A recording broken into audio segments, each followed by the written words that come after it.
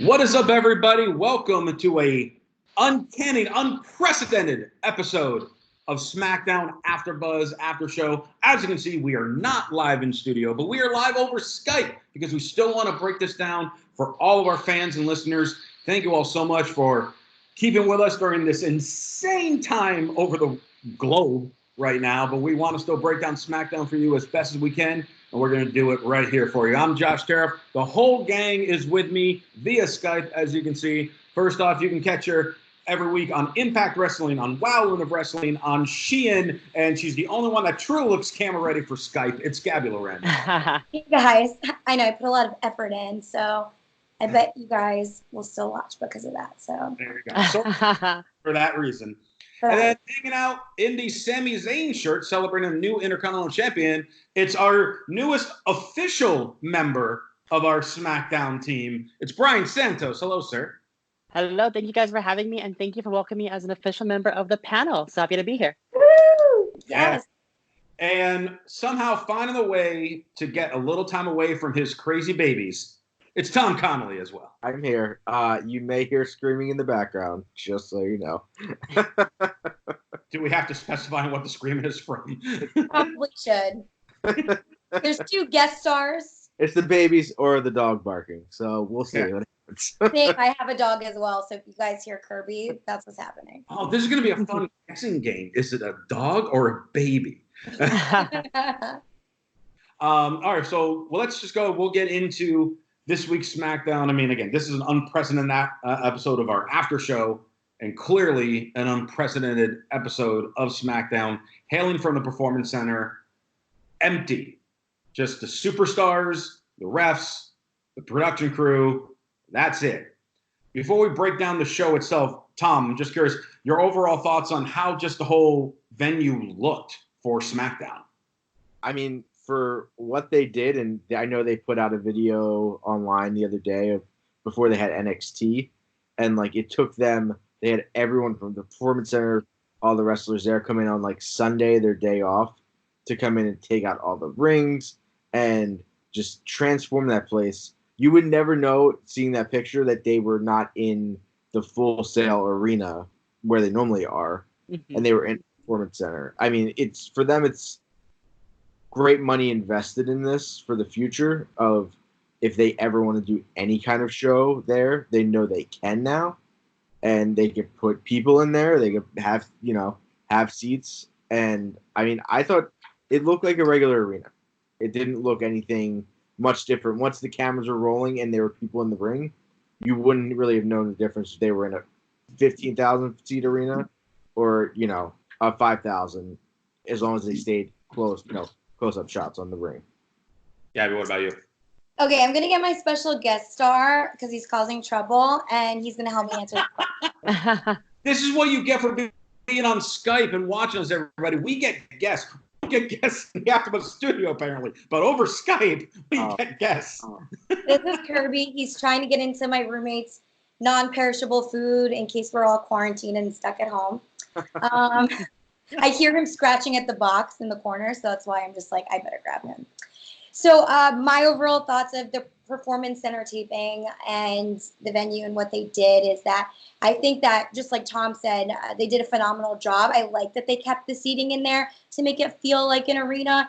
I feel like some of the best promos we saw was on Friday, and it was just, Elimination Chamber match aside, I think that ate up time, of course, but they seem to really perform and show their skill set, and they picked some of the best superstars to do that on that Friday, and it showed in the ratings, which we'll get to in the news. Brian? I 100% agree. Love the setup. It, like everyone said, it looked great, and everyone performed to the best of their abilities. We had some amazing matches. Cesaro and Daniel Bryan was great. Even the tag match between the girls was great. So I loved the whole episode.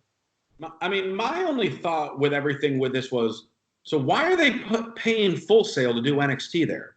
Because they clearly can do this there. Yeah, but they have to. Wouldn't that save them money? I mean, I'm not in charge of their budget, but this looked like it. Like you said, Tom, you said it perfectly. Like, okay, we can just have NXT there every week, and it looks like the same style arena. I mean, I don't understand why they just don't do this regularly. It Might looks, save them a lot of money, right? huh? Might save them a lot of money, but then also they'd have to sell tickets in that area every week as well. Yeah. So That's what I was thinking too. Like it would be hard with like, like having a ticket booth maybe, or like parking even. Just I guess those logistical things might make it easy for them to hard for them to have it at Performance Center. So maybe that's what they take into consideration. I mean, I think if anything, they should just build. They could literally build a building to do it in, though. Sure. WWE, they definitely have that Saudi Arabian money now. So. Yeah. Right. With the Performance Center, they still need to have people training and all that other stuff. So if they build an actual building like next door or down the street, they could easily do this every week there. Mm-hmm. Yeah. So the actual show itself, it starts with Triple H giving us an introduction, and we see quite a bit of Triple H throughout the entire show. And I felt like it was Michael Cole's first episode of anything ever because Triple H was just hazing him the entire show. That was my favorite part. It was amazing. Like, I don't think Triple H can pull this off every single week. But if he did something like this like 2 or 3 times a year where he's just on the entire show goofing off, I'm for it. Honestly, I feel like that's what we're missing in our weekly wrestling with Fox's SmackDown and Monday Night Raw. I think we need dynamics like this. I actually, for the first time, paid attention to commentary tonight in a while. Because a lot of times I only tune in and then tune out. It's very distracting with I feel like the crowd noise and everything that's going on. But in a night like Friday, when there is no crowd noise and you have the dynamic of Triple H and Michael Cole, you're definitely more tuned into what they're actually saying. Brian, what about you? I agree too. I liked how everything was presented. It was definitely a fun dynamic to see everybody kind of just having fun with it. Of course, they were trying to make not light of the situation, but make it a little bit more a better mood because it definitely came at a bad circumstance or an unfortunate circumstance. So thankfully, that's what they did. And they pulled it off pretty well. And I saw a lot of tweets from a lot of the wrestlers saying that it was a really big collaboration on everybody's part to put this together. So it came across really well to all of us. And we obviously all liked it. So. Yeah. And Brian, I want to stay with you on this because in our first segment, so they advertised prior to all the craziness that Paige was going to be on SmackDown to confront Bayley, which completely comes out of left field. Now, due to travel issues, Paige wasn't there. So Bayley and Sasha start out the show saying, this is our house. And Michael Cole informed them that due to travel issues, they're not there. Alexa and Nikki Cross come out saying, well, since she's not here, why don't we have a match? Because we still want a tag title match. Well, I said Alexa, and my Alexa just went off. The beauty of Skype.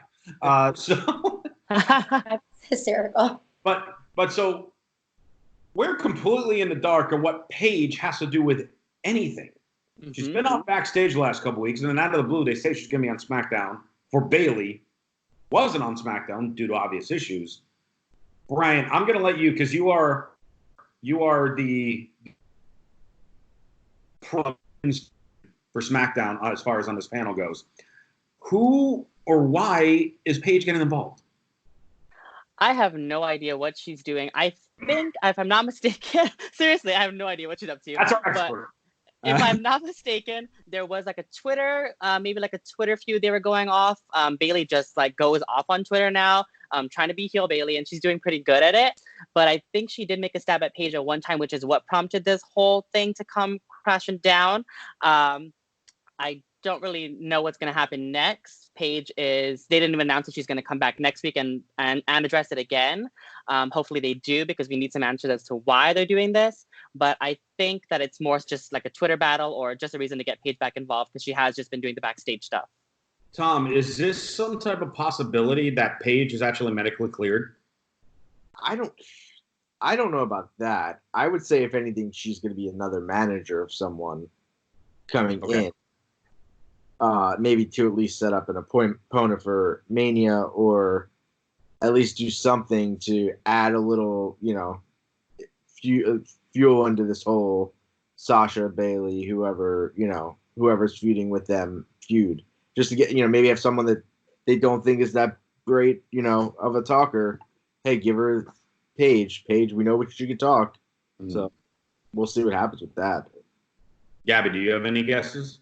Yeah, I'm thinking one of two things. Either it's going to go Tom's way, where she becomes a manager and it's a way for her to get more involved and more of a paycheck, maybe. Or she did get medically cleared and made a comeback, just like Daniel Bryan did. And maybe WrestleMania could be a storyline for her where she comes back as a debut at WrestleMania. Well, yeah, because we still have no idea who Bayley's opponent may be for WrestleMania. So it's not out of the question, especially since we've seen Daniel Bryan and Edge, come back. Who's to say Paige can't? Nikki Bella's next. Well, she's kind of pregnant at the moment. So, in 8 months. Gotta give her a little more time. So her and her baby are coming back. Yeah. Yes. The baby's the manager. Yeah. The baby's bossing her around. It's like baby stay out. So Alexa and Nikki Cross versus Sasha and Bayley. I love this, and it's not to make fun of in any aspect, because obviously we know the situations and how difficult it is to wrestle in front of absolutely nobody. But when Nikki Cross in the corner doing the clap, trying to hype up Alexa, and Triple H on commentary making fun of her for it, it was like, no, this is just instinct. This is what they do. This is their job. So they're still going to do it no matter how many people are in the crowd. And I actually appreciated the fact that they didn't change their styles at all with no audience. But do you really think that he was making fun of her for doing that? I thought he was giving her kudos for that, as that was one of the reasons why he liked her.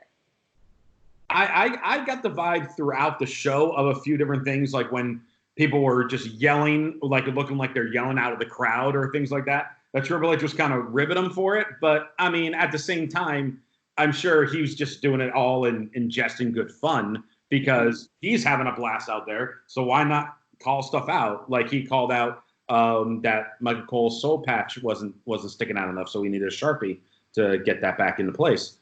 Oh my goodness, so great. So the tag match ends. Asuka comes through the crowd, as Triple H said, and attacks Alexa when the ref doesn't see. Bang statement on Nikki Cross. Bayley and Sasha get the win. So we're definitely setting up the women's tag titles, but again, still have no idea what's happening with Bayley in her title match. Roman Reigns, one-on-one interview, because now they have time to just sit and chill in the ring and just have a polite conversation. So Cole's asking about dealing with critics, and as far as a lot of people saying that Roman doesn't deserve to be in the main event at WrestleMania. Haven't we heard this over and over again, by the way? Say it again? We've heard this story multiple times that Roman doesn't deserve this, Roman doesn't deserve that. I feel like he's been asked this question time and time again. Yes. He's getting the Cena treatment, and this is the same topic Cena would have for years and years. Although I did like one thing Roman said on here. He said, it's like, well, if I'm the one main eventing all the live events, why can't I main event the biggest show? Yes. No, that makes perfect sense. Logical. Yeah. And he mentions that he's going to whoop Goldberg's ass, and that was that. Yes. I loved him just saying, he's a part-timer. I'm a full-timer. I'm here all the time. I do this all day, 24/7, and we don't need this. Basically just, I liked it just being, very dismissive of Goldberg, of, we don't need this here anymore. Almost kind of like when I, raged a couple weeks ago of just being, mad about having this match. I mean, I said then, and I say it now, I want him to destroy Goldberg.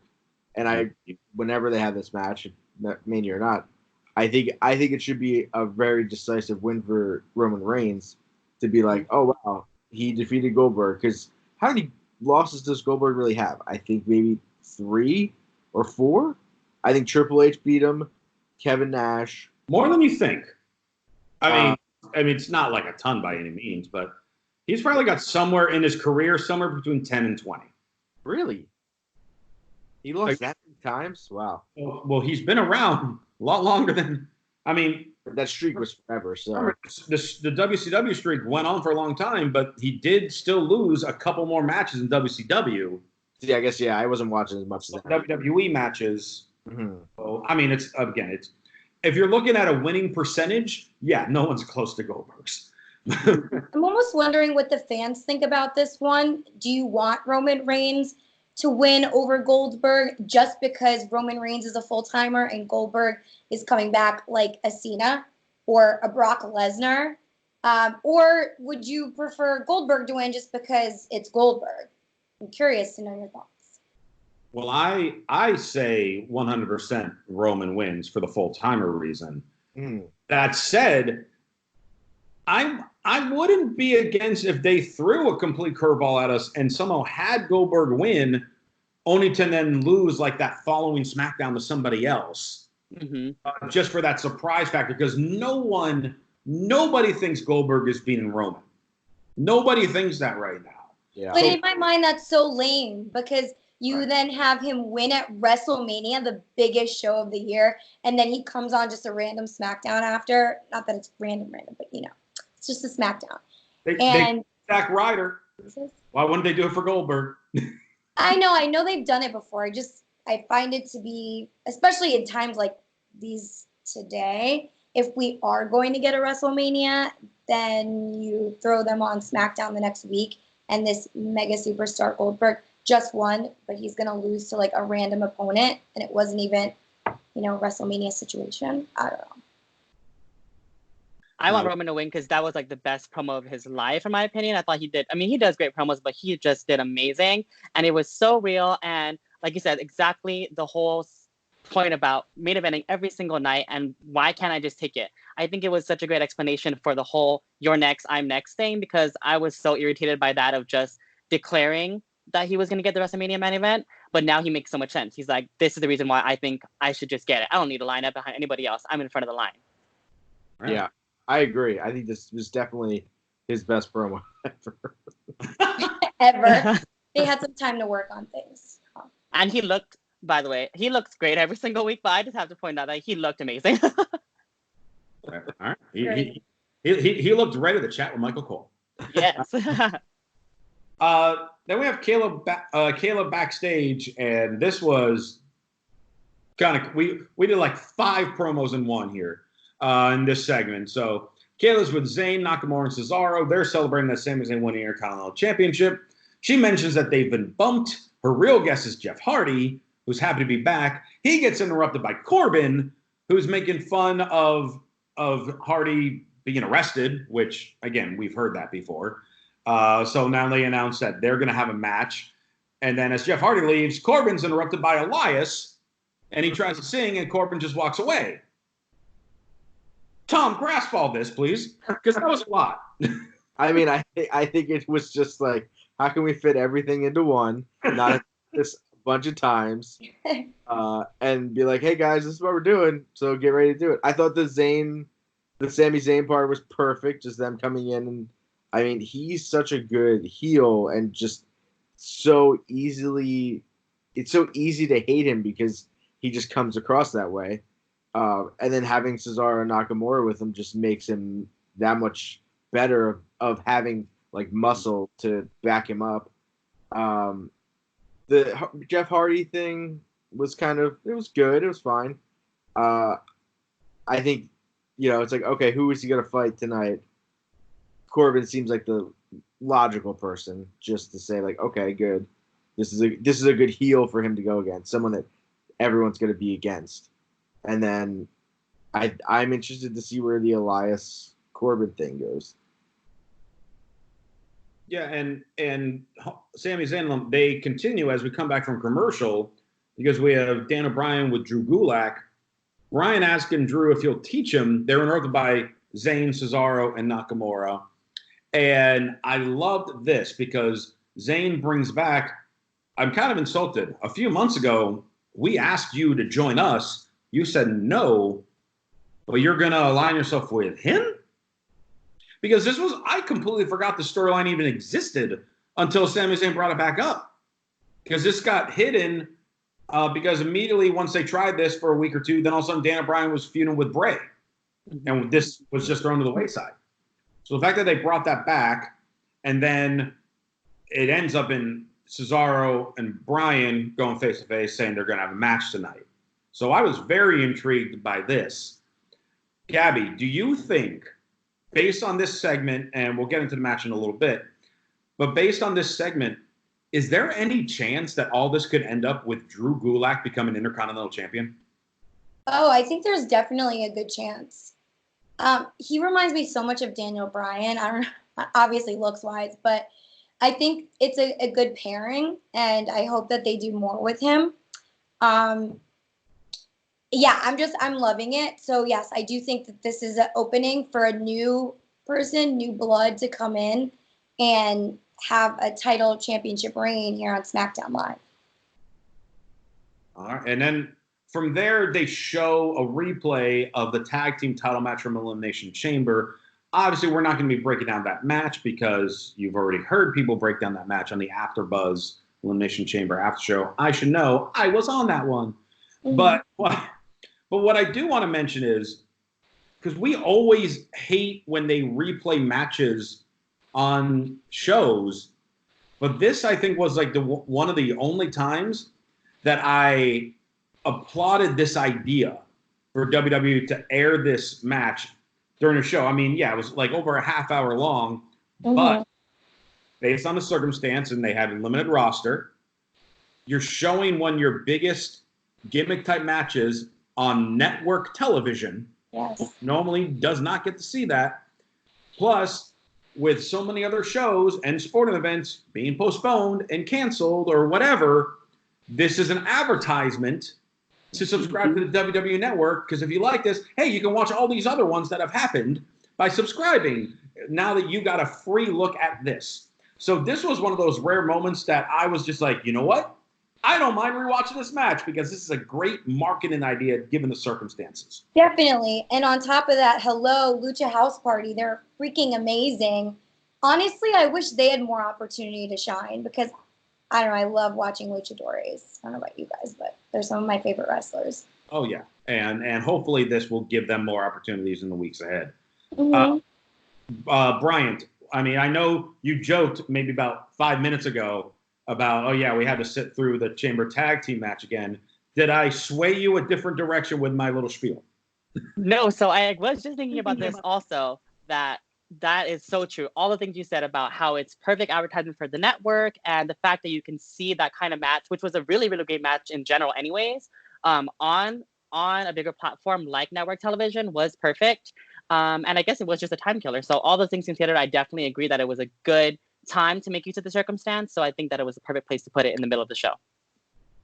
Tom, is everyone in agreement with me? I'm kind of scared. This never happens. Yeah, I think we are. Uh-oh. You know it's a tall tale sign of COVID-19 if everyone is agreeing with what I'm saying. But it makes sense, none of us are infected. When I that they were showing this, I was like, okay, well, that's kind of weird and random. But then it leads into the promo after. So yes. Then it kind of made sense. Then you were like, I was like, why are they showing this match? I get it was, to kill time. And I will say that at first I knew when it said they were going to have a limited roster, I was like, oh, maybe we'll get some like NXT people on here. But I'm glad they didn't do that at all this time. And they just kind of focused it on like whoever was there that's from SmackDown is on the show. Mm-hmm. And that's how we're going to play it. And it's not like, oh, we need all these other people to come in to help this show get better. We're just going to go with what we have. And this is how we're going to present it. So I thought it worked. Yeah, definitely. And then, as you alluded to, once the match finishes airing, you have Miz and Morrison in the ring in like a mini celebration as far as what we all just watched them accomplish. And then they play the game of, all right, well, if anyone else thinks that they can step up to us and don't think we're the greatest tag team champions of all time, speak now. Silence. That was smart. It was really smart. John Morrison got a plug for his Boone the Bounty Hunter movie in. It was just a fun little heel promo that worked out well, even with no audience. Thankfully, no one responded to the hey, hey, ho, ho, because they just need to put an end to that chant because it is so cringy. Oh. Miz and Morrison. Hey, hey. Oh, I'm actually very impressed by the fact that all of our superstars were able to run all their promos and as if there was an audience. There was no fumbling. They were so on point. And it must be so hard to do that knowing there's no energy to feed off of. Imagine that. You're literally in an empty room and all you have is Triple H, Michael Cole, probably like 1 or 2 camera guys, and the ref. I mean, yeah, any performer knows the harder shows are with the fewer people because you can hear every little thing and you're questioning every move. While the bigger shows, from people on the outside, they think, oh, those must be the scary ones. No, those are the fun ones because those ones are just so many people, so much energy. But you're literally performing in front of Triple H, your boss, and a production crew. That's it. And Michael Cole, who's been there for 30 years. No big deal. And they all have to remain silent. They can't cheer or anything like that.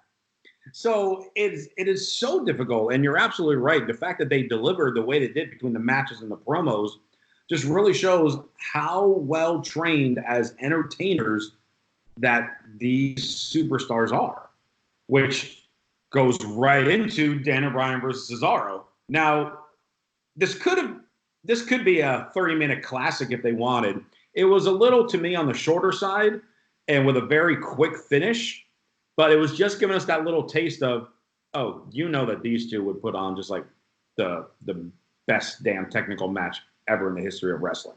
Mm-hmm. Daniel Bryan countered a crossface into a roll-up, gets the win, and then the 5 of them all brawled afterwards. Brian, your thoughts on that? It was an amazing match. I am like one of the biggest Cesaro fans out there, so I think that they both did really well. Like you said, it was a really quick little match, kind of like a teaser to say that they could go for 30 minutes and it could be a WrestleMania match. It could lead to so many different things, like we're talking about with Intercontinental Championship, maybe like an Intercontinental Championship ladder match, anything of that sort that really just showed both of how great they are. Quick little roll up, and of course it led to that little brawl. And I like what they're doing with basically showing how Daniel Bryan is trying to appreciate Drew Gulak more, from that whole respect aspect of the really great match at Elimination Chamber. So really interesting dynamic. Tom? Yeah, when they did the promo backstage, I was sitting there just going, oh, all right, this is going to be the match of the night. They're just got to let these guys just go, and it's going to just light the internet on fire of just being like, everyone just being like, oh my God, did you just see what they just did? But we didn't get that. I thought it was good, but I was expecting way more. I think what happened was I just set my expectations so high to be like, they're gonna let them go for 20 minutes. They're gonna tear this place down, and we're gonna see what happens. But I get the idea of like, there really isn't. There's not an audience live. You know, we don't want them like killing themselves, like doing crazy things. But I just wish it would have been more of a showcase for Cesaro. Like, he got some things in, but. And you know, with him and Daniel Bryan, they can go for probably an hour and be just kill it all the whole time. I wish the ending was a little weird to me, but it is what it is. I get that what they're trying to do with this show is just put on something that's entertaining. I just think that if with everything else canceled, like those sporting events, if I was just a regular person tuning into this show because there's nothing else on TV to watch right now, and I saw this match, I don't know, it wouldn't have hooked me. I think they could have really, really hooked in a bunch of like other people or people that haven't watched wrestling in a while. They go, well, there's nothing on. I guess I'll watch wrestling tonight. I'll watch SmackDown. And I think that's what happened. And then It happened anyways.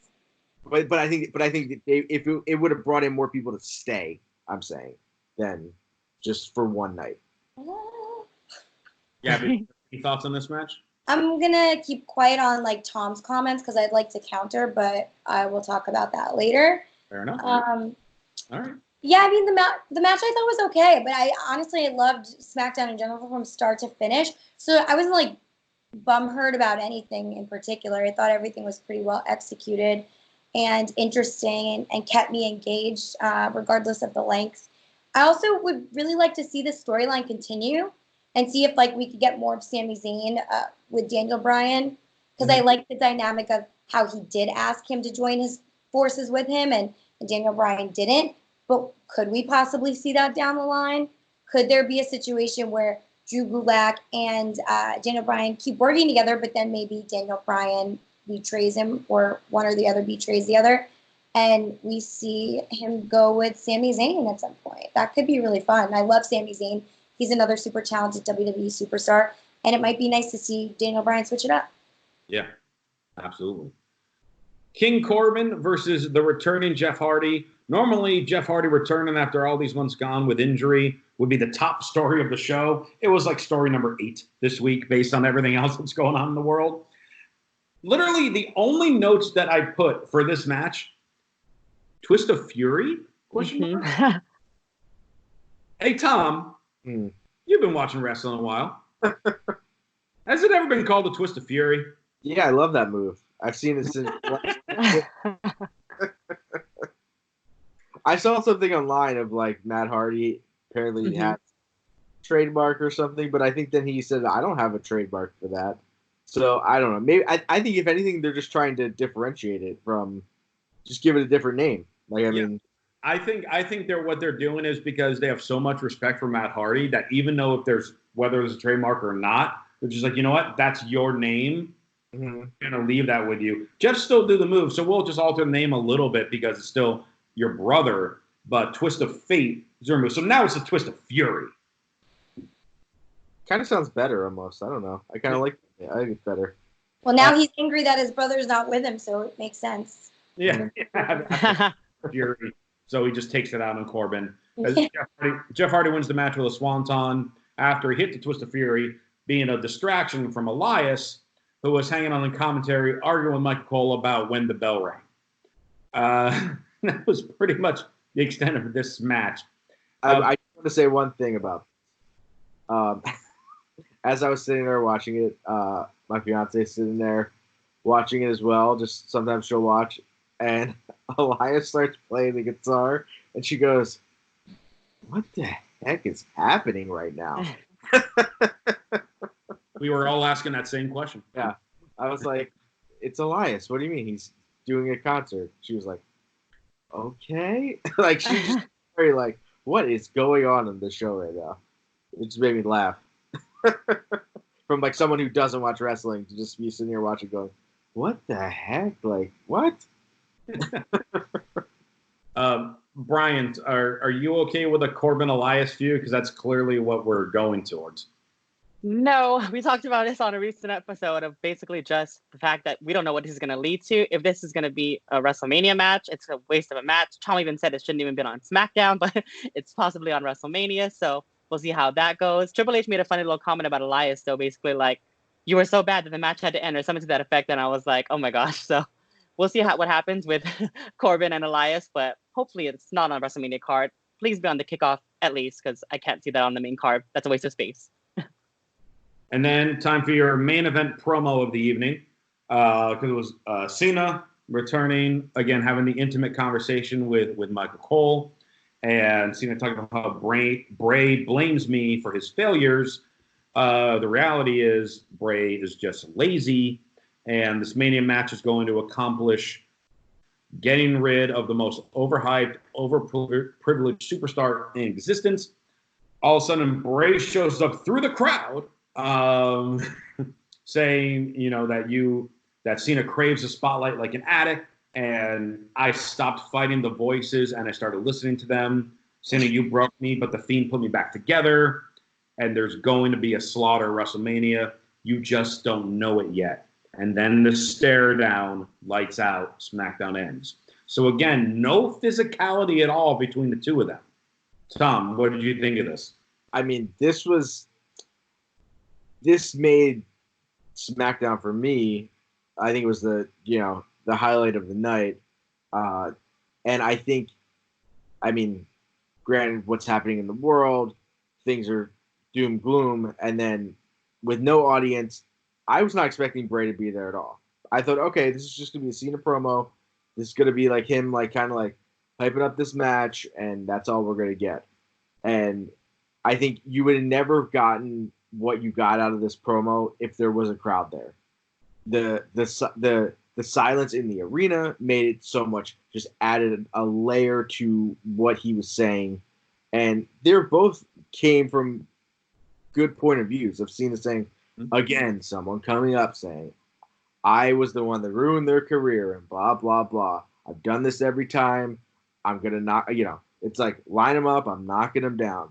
And then Bray coming in and saying, oh, but you're coming back because you crave the addiction, you're addicted to the spotlight. You need this. You could, he could have been like, you could have stayed in Hollywood. You still would have got some limelight for this. But no, you need to come back here. Like you're not getting the limelight you're getting there that you would get here. And it was just creepy and so eerie. And I thought it was perfect. And I can't wait. I'm excited. It made me even more excited to see this match because I was not that hyped about it before. Now I'm saying, okay, this could be the main event of WrestleMania. Probably should have been, but it won't be. But, with the title. Yes. Yes.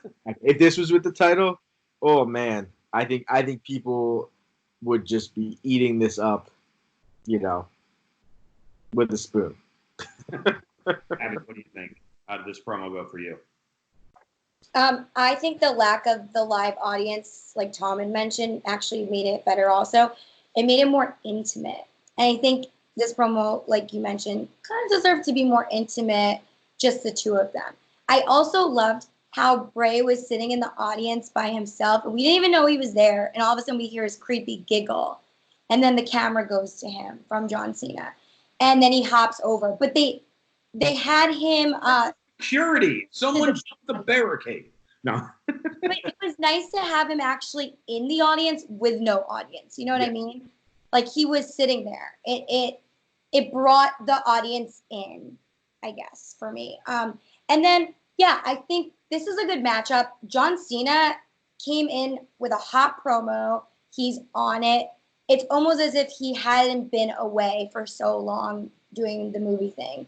I feel like he nailed his promo. Everything he said was so on point.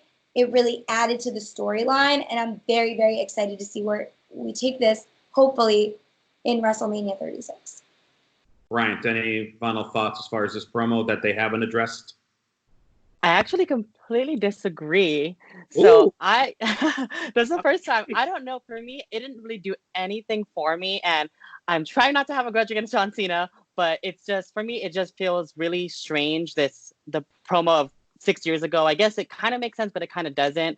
But it didn't really do anything for me. I do agree with what you guys are talking about of being more intimate and kind of a little bit creepier, which plays to Bray's strengths. And I like that he did come out as Bray and not the Fiend. But I think it was okay. It didn't really do anything for me. I feel like John Cena is just repeating himself. It's kind of like hitting me over the head, which is probably why I didn't like it. But besides that, it was okay. But kind of disagree that it took anything over because for me, I felt like it kind of pulled it back. All right, Brian, you're new, so it's okay to be wrong once in a while. That's fine. This was fantastic. I agree with him here, though. As much as I said I liked it, I agree where he's coming from of saying that, it is Cena repeating himself over and over again. Well, I mean, and then it's the same thing with Roman, which is the same thing when Hogan cut promos. Sure. Same thing. Any top babyface, their promos are the same. Yeah. That's why everyone knows them and recites them and buys the merch that says them. It's just what they do. That's just the DNA of a top WWE superstar babyface promo. Believe that. Believe that indeed. So that's how SmackDown wraps up. But just because we're on Skype does not mean that we cannot have what some people say is the best part of the show. Thanks. By some people, I mean one female on this panel. No, and all of our fans. So with that, hold on, Gabby. Hold on, you ready? Okay. Can you hear that? Yeah. All right, wrestling wrap.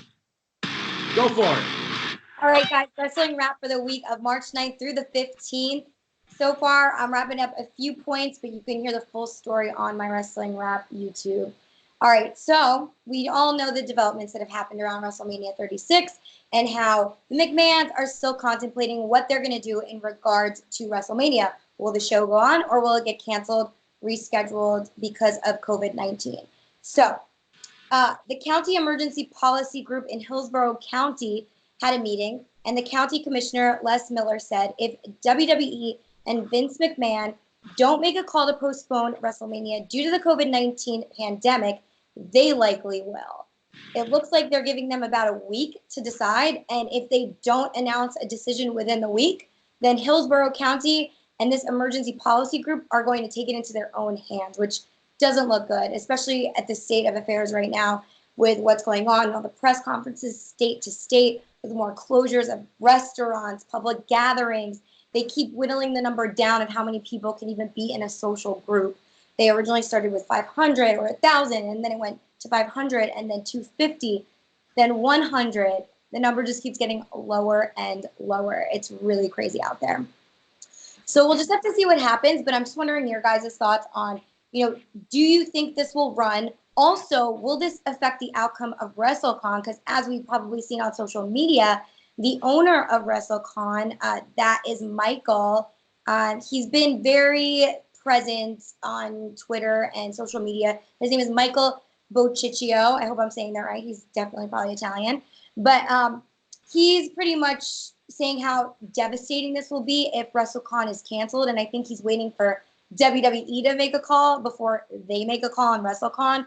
So they are offering refunds at the moment for people that want it. And he's actually put up a post with an email address for you to be able to email for your refunds, as he understands it's hard with scheduling right now if you don't want to wait it out. But you guys, this is really, really rough right now. I mean, you have one event waiting on the other, and then WrestleMania and WWE are kind of waiting on Hillsborough County and vice versa. Like they're all, going back and forth. So a lot of drama right now. Yeah. The fact that WrestleMania has not been canceled yet when every other sporting event has been postponed or canceled is the most Vince McMahon thing Vince McMahon has done. No, he is all about being the last one standing, and that's what he's working on right now. So what's interesting, though, is when you bring up WrestleCon, also Cauliflower Alley Club, which is scheduled late April in Las Vegas. Those specific events are heavily featured by senior citizens, by older people in the wrestling business who are most affected by the COVID-19 based on what everyone's saying, the weaker immune systems that happen to be older. So you have in Hall of Fame, WrestleCon, Cauliflower Alley, WrestleMania, traveling all over the place, trying to put everything together, not even at the AfterBuzz studios right now. I mean, and it's just 4 of us in a room. So they're going to have 90, 80,000 there. It's not going to happen. It's just not. I cannot believe that. Oh my God. I just knocked down my light, you guys. Just said. I want to continue this conversation, but my computer was about to die, so I had to get the plug. Okay, no, she's fine. We'll keep going. Tom, your thoughts with everything else. Everybody. I agree with you too. It's like, come on, Vince. It's not looking good. Like, it's just not looking good. And to me, being a fan of WWE, I've been lucky to go to a couple of WrestleManias and other shows. We see what is happening in the world right now. We are 3 weeks away from WrestleMania. Nothing seems to be, even if things start getting better in a week or so, it will not be ready. It will not be better in time for a WrestleMania.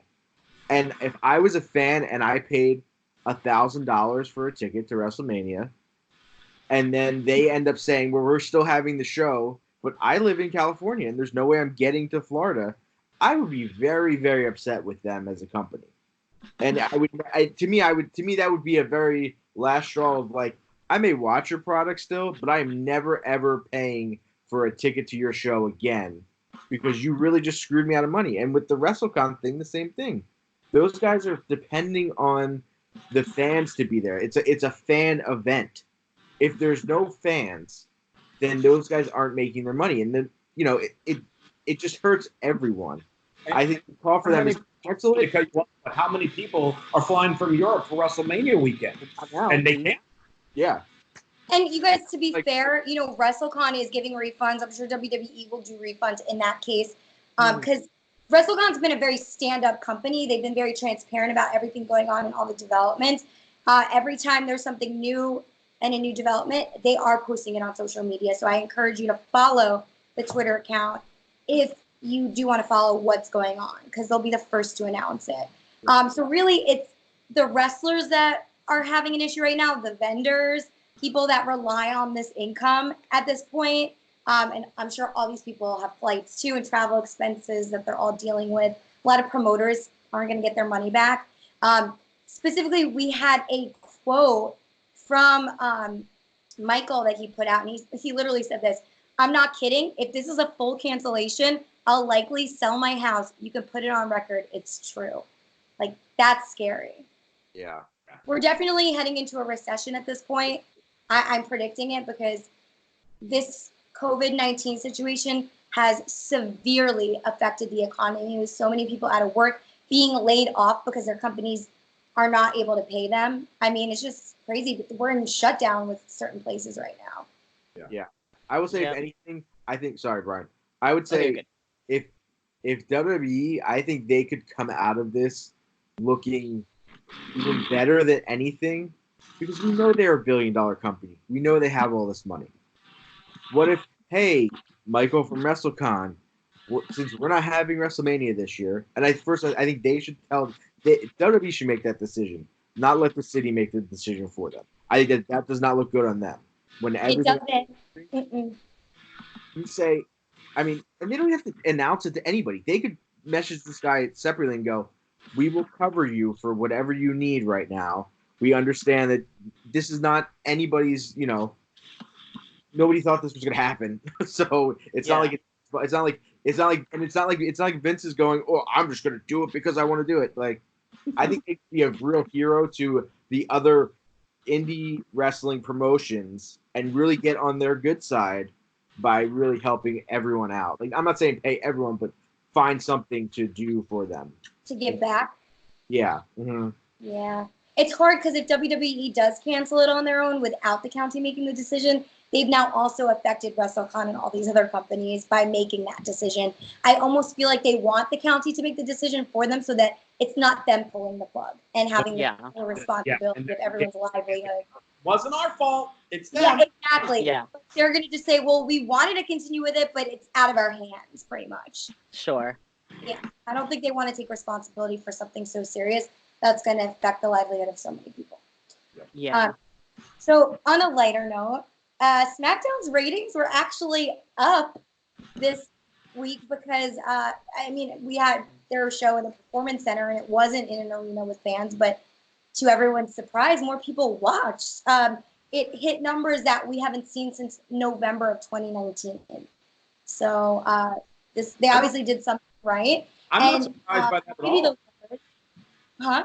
I'm not surprised by that at all. Everyone wanted to tune in and be like, what the hell are they going to do? How is this going to work? And there are no NBA games. There's no NCAA games. We need something. Let's find out what happens. I'm not at all surprised that this is the highest ratings in a while. Yeah, and I think they got like 16,000. Oh, sorry, Gabby.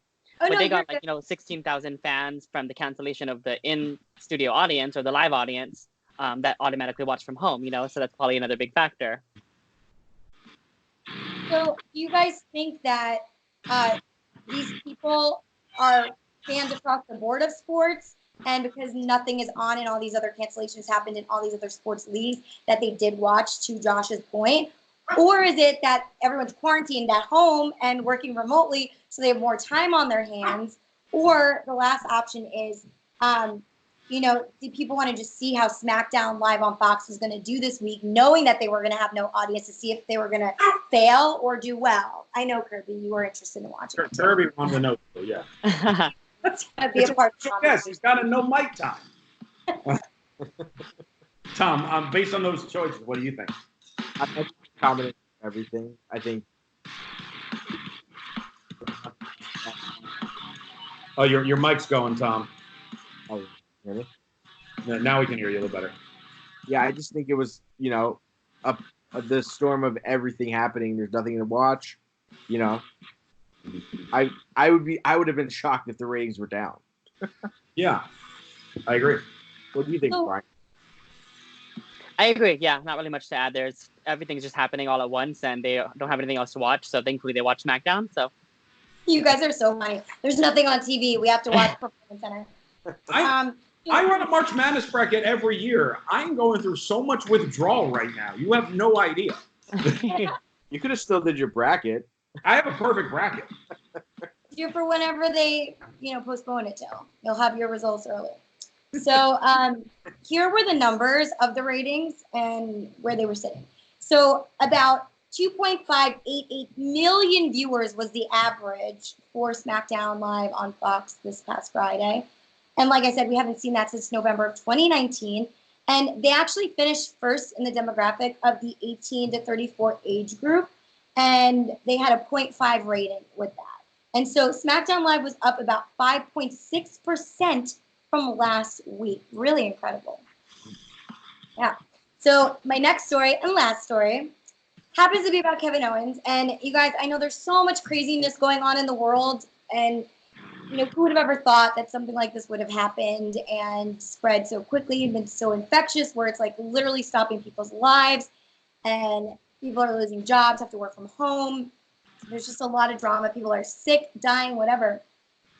But Kevin Owens had something to say about everything because some people are also acting a little bit out of control, almost as if it's the apocalypse. So Kevin recorded a video and he put this video on Twitter and then it was transcribed by ProWrestling.com.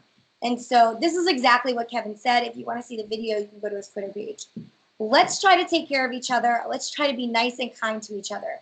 I went to the grocery store this morning. Wait for it.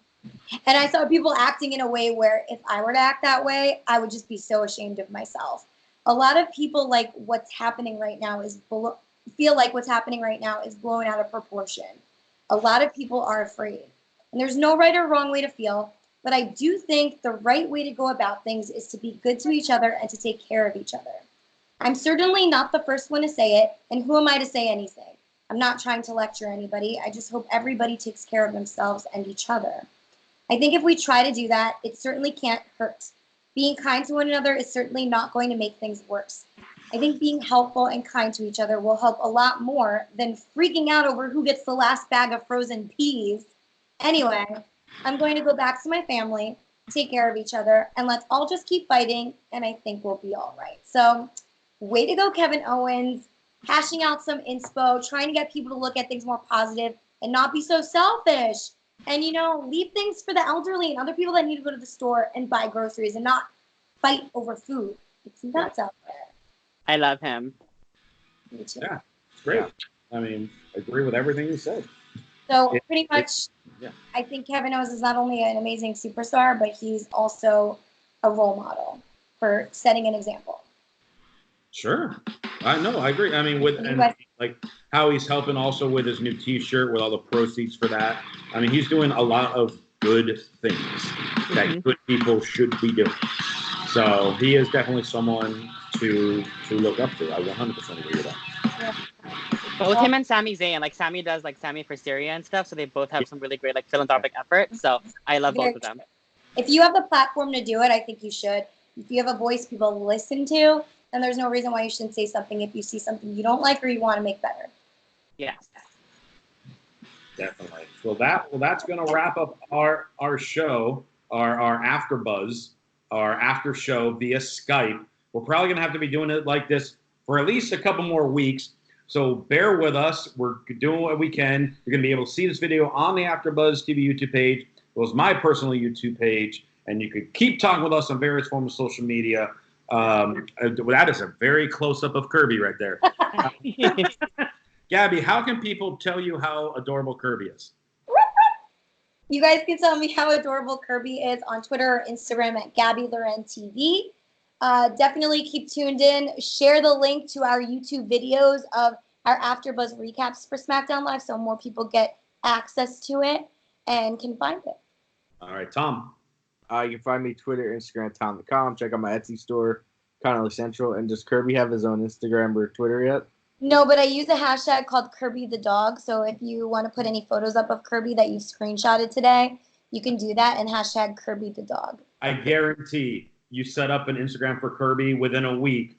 more followers than the other three of us combined. I know, I should. Right. And it's KIRBY, okay? Get it right, you guys. He also has a highlight on my Instagram story as well. It's his own highlight. Brian, how can people reach out to you? You can find me on Instagram, Twitter, YouTube, and TikTok because I'll probably have time on my hands to make more videos at the Brian Santos. And if we're still doing after shows, I'm on the Katie Keene after show also. All right. You can follow me on Twitter and Instagram at Josh_Tariff. Again, feel free to subscribe to my YouTube channel. More videos are going to be coming that way on there. I'm going to keep hush-hush on what those are. So subscribe so you can be the first to find out about those. And for all your other AfterBuzz TV news and gossip, make sure you follow them on Twitter at AfterBuzz TV. Thanks for tuning in through Skype. For Gabby Loren, Tom Connolly, and Brian Santos, I'm Josh Tariff. Wash your hands, and we'll see you next week. Bye, guys. Bye.